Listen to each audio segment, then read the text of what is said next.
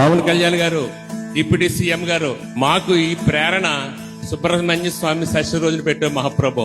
మరలా ఏలా ముక్కోటి దేవతలు నీకు ఆయురారోగ్య ఐశ్వర్యాలు ఇవ్వాలి, భోగభాగ్యాలు ఇవ్వాలి, సుఖశాంతులు ఇవ్వాలి, ఆయుష్నిచ్చి ఈ రాష్ట్రాన్ని ఇంకా సుభిక్షంగా పరిపాలించాలని మనసా వాచా కోరుకుంటూ మా దేవవర ప్రసాద్ దయ వల్ల మా గ్రామంలో నీ అడుగు పెట్టిన తర్వాత ఆ రోజే డిసైడ్ అయ్యాం, ఇదేమి వెనక్కి వెళ్దని డిసైడ్ అయిపోయింది సార్.